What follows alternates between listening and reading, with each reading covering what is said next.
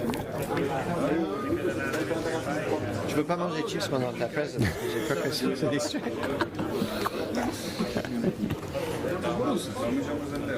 Let the countdown begin. All right. Okay, welcome.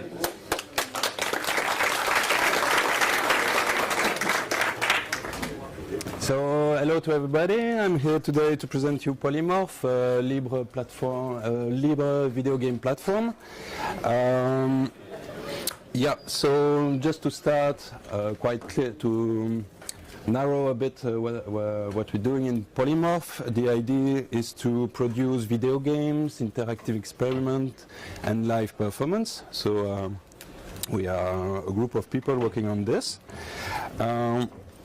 The crew, just to mention them because they are important. So Julien and I started the Polymorph project 6 months ago. Peter Herman and Balthazar, who is there, is two developers, and Louise joined us, and she's a choreographer and a Blender artist. So the background of the project, just to explain you a bit what I have in mind when I say interactive experiments and live performance. This project is called Tanukis, and it's a performance in which the avatar is a puppet, and I play with it real time, and a friend of mine, Loic, is doing the music, and so we perform on stage. And so it's mocap, played in real time, and then I activate effects and this kind of thing. I'm just going to skip a bit of it. So there was sounds. This is the sound of Loic. It's quite important. So when I'm talking about experimenting with video game technologies, it's to this kind of thing that I'm thinking. So there in this project, I've worked a lot on the animation part, and I've recorded. I did a new motion system in Unity. So all the things that animate the avatar are a custom animation engine. On the right, you see that it's controlled via. Speak louder. Ah, sorry. Or turn the music down a bit. Yeah. So it's controlled by MIDI controller and apps, so via a tablet. Another part of the project was to work on an interactive installation involving a dancer. So this time, real time, without any recording. And this is a video of a residency that has been made in IMAL. It's a center for digital art in Brussels. And for this, it's a research I started at Numedia. It's a research lab linked to the University of Mons. And the idea is to have a mock-up system made of Kinects. So we have 4 Kinects merged together and providing the animation data to the avatar. As you see, it's not yet perfect. It's glitching a bit, but it starts to work.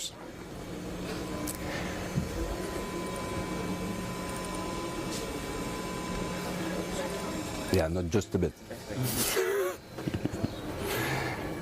But it's still under development. And just to skip a bit and show you that it's working also with several people in the room. So the idea of mixing several Kinects together enable us to do this kind of thing. So we have a bigger area covered by the Kinects, and we are also able to see people from different angles. So working on this project is 2 or 3 years I'm working on it. The main thing I didn't do in this project is the game engine itself, and I was using Unity. And so because I had some problem with it, I start to think about it. But I first have to present you the tools that I'm using before and that has influenced the way I did the Polymorph engine. So I'm coming from creative coding. I don't know if several of you know processing or open framework and this kind of stuff. So it's mainly text-based frameworks, simplified, really easy to get into hand. So I started with processing. It's an IDE with Java. I use Blender a lot also. I made some experimentation with Qt. And I worked a lot also with open framework, with C++ framework, and it's a thin layer above OpenGL. So it's very good. It do a lot of things, but when you come to 3D game or more complex scenes, it doesn't do the job correctly. It's not powerful enough. So during 2 years, I started a quest, and the first thing I tried, as you saw, was Unity. And I'm starting a bit of a comparison here. Unity looks a bit like the replicator in my point of view. It's very nice, the design, everything is perfect. You have nice buttons at the top, it's very easy to use, and you can print nice stuff with that. But you cannot open the box. And I need to have access to the code, especially for the animation or to plug different libraries. It was too closed for me. So I tried another one, the Unreal Engine. It's open source, okay, it's the license forbids you to do things. But it was a good engine, the industrial one, and related to the power of the engine is the complexity of the engine. And I didn't wanted to go to start learning an engine for 1 year before doing something. I want to go a bit faster than that. So it forced me to reevaluate my needs and what I expected, and this is what I was searching for, in fact.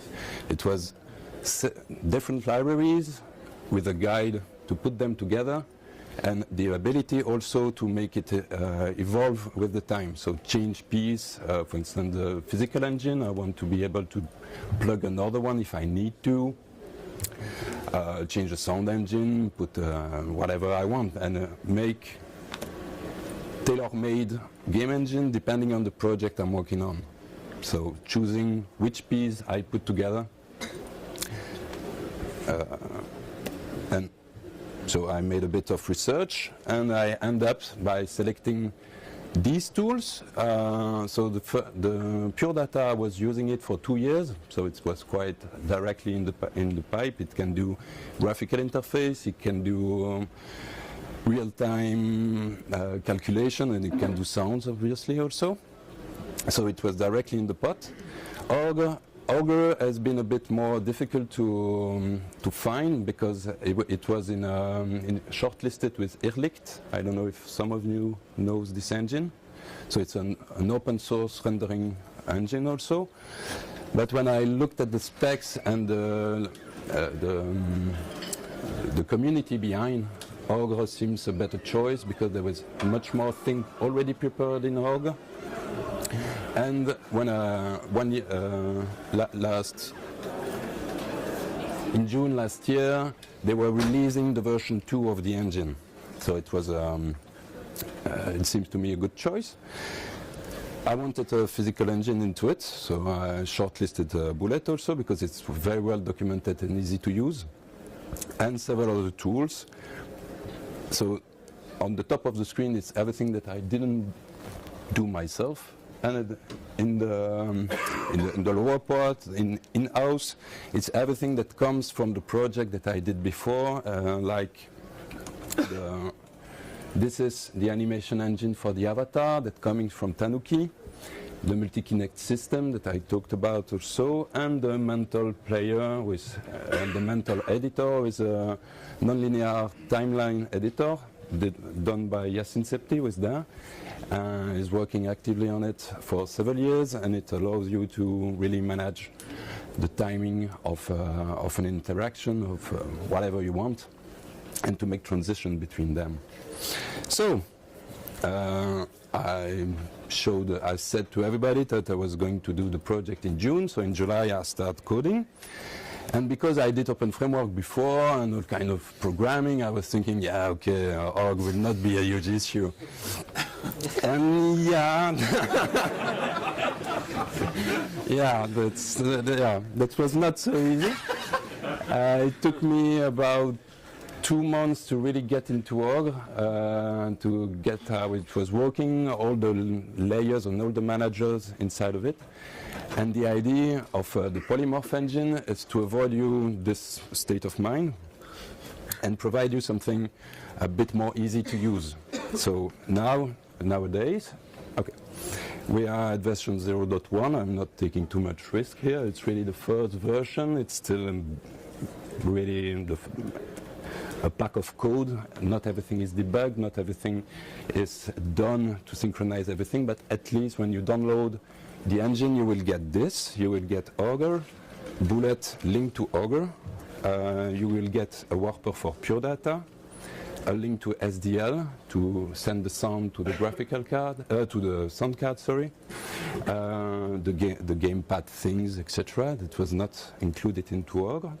You get open source OSC, open sound control. So it's a UDP warper that allows you to communicate between many applications. I don't know if some of you knows about it, but it's quite common in creative coding and in live performance, this format.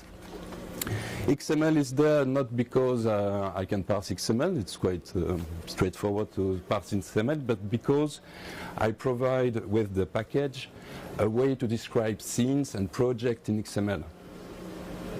Augur doesn't give you any kind of external scene description format, so I will show you after that how it's done, and several assets. But the important thing about Polymorph is that I try to make it simple. So here, what I'll show you is the way I want to create a cube and to add physics to it. And this is the kind of code you have to write in Augur to get it working. So you got nodes, you got entities, you got to link them together, you have to load AABB, so it's bounding box, you have to set the material on the cube, etc., etc. And after that, here at the bottom, it's everything to prepare the relation with Bullet and get back the information from the physical engine to your object, etc. So this is what is behind, and here is what it gives when you're using Polymorph engine. So you just create a P node, so everything is prefixed by P, so you create a P node, you say it's a cube, and you can add the scene manager and its name, and then you can declare it has the physics of a box. So I think it's quite straightforward to use. And the line below, the XML, is the same thing but in XML format, and you can load it into your application and directly have the object pre-configured for you. You have questions about it? No. So what's inside the package? So first of all, a simplified API. I have an empty project. I think it's quite important to have an empty project that you can just copy paste and start coding into it and to discover and to test things. Simple examples also showing you different features of Augur, of PD, and how to make them communicate. Augur ready assets. So Augur comes with a whole system of shader management and compositor management. This is also available in the examples. Blender files, documentation, etc., etc. About the OS, I'm working on Linux, so for the moment it's you can install quite easily via one script the whole engine on Linux.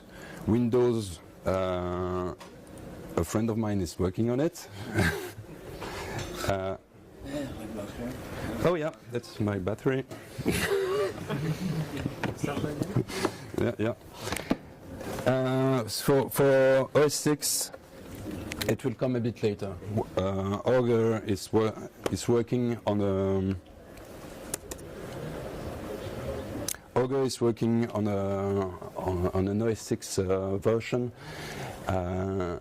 Once they will be done, I will integrate it, but not before. Oh no. Sorry. About the license, it's the code is released under BSD and BSD license, and all the assets are in Creative Commons, so you can go and pick what you want inside of it. Sorry. What I had after that, I just have to reboot. The thing.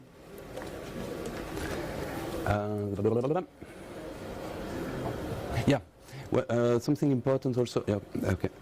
Something important also is that the engine will evolve with the project we do with it.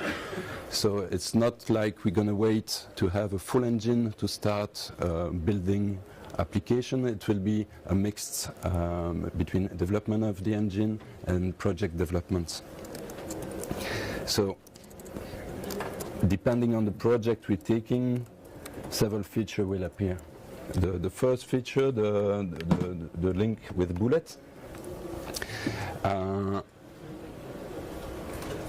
has been made for a project that I will show you.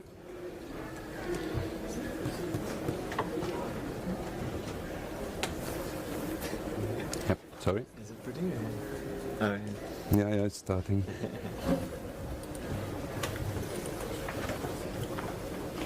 Yeah.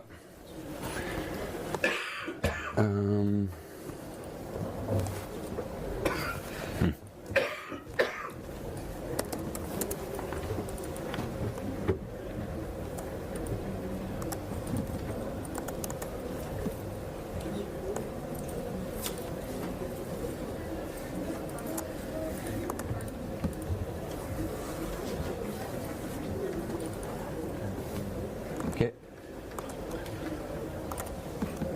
So I'm going to go back here and directly show you the demo.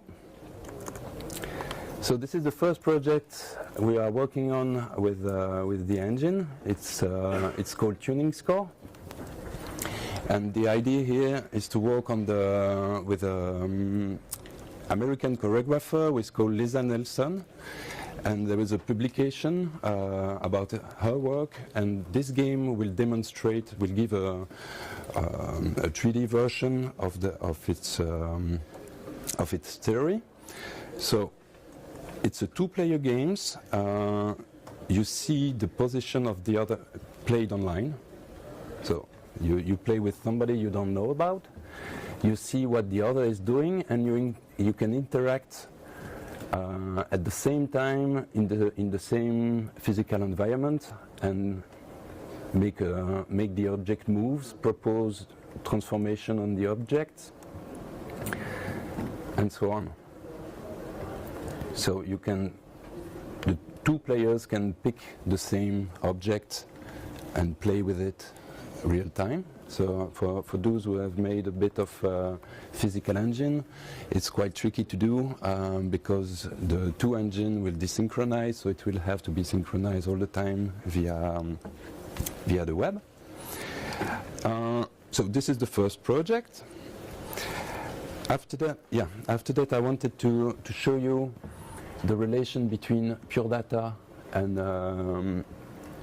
Polymorph. So I prepared to show you the integration.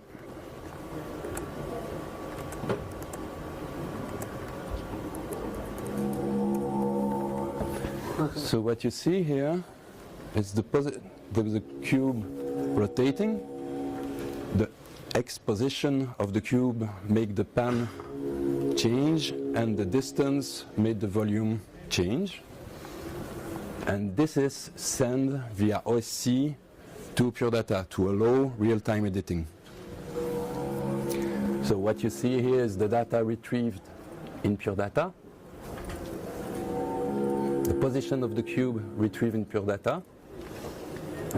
But you can also process information here and send it back to the engine. So what I'm doing here is I just make an envelope detection on the sound, scale the sphere and the second cube, and copy the position of the cube and the rotation of the cube, of the big cube on the small one. And I can modify this real time. I don't know, this is the, yeah. That's the advent. Translation. Yeah, no, it's going below. What I'm changing here, the ball is moving in a sinus with the sin. And what I'm doing here is I'm putting more. When you have two screens, it's a bit more visual. It's a bit more clear what you're doing. That you can also change the mapping of the data between what org is sending you and what you're putting back in the engine. So this is the edition mode that allows you to really change the behavior of the sound and the behavior of the object via pure data. And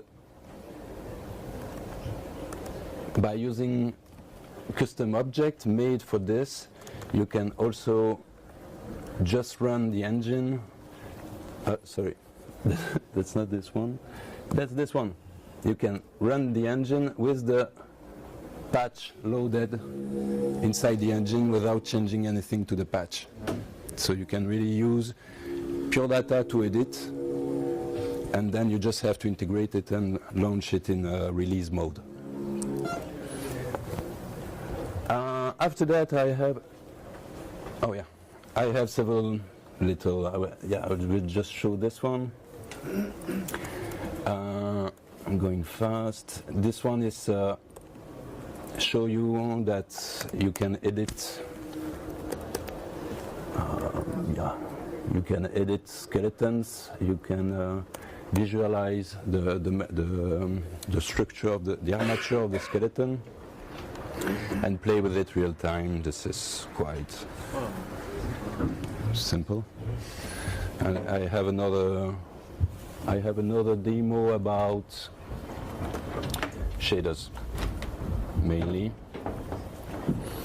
You will see that I can move the object, change the background effects, and then I control the evolution of a shader. I can enable another one, etc., etc. So it's a 3D game engine. And I have many other things, but as the time goes by, do you have any questions? Yeah. I assume this is C++ only. Yeah. Are you planning on adding any bindings to other languages?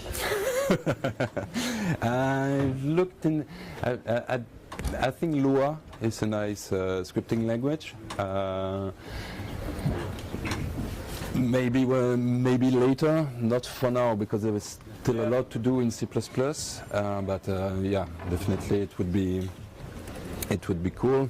But I didn't do it yet. So if I do Augur, there is a binding for Java and Python for Augur, but it has to be integrated. The classes I've did have to be integrated with that also, so it's not ready yet. Other questions? Yeah.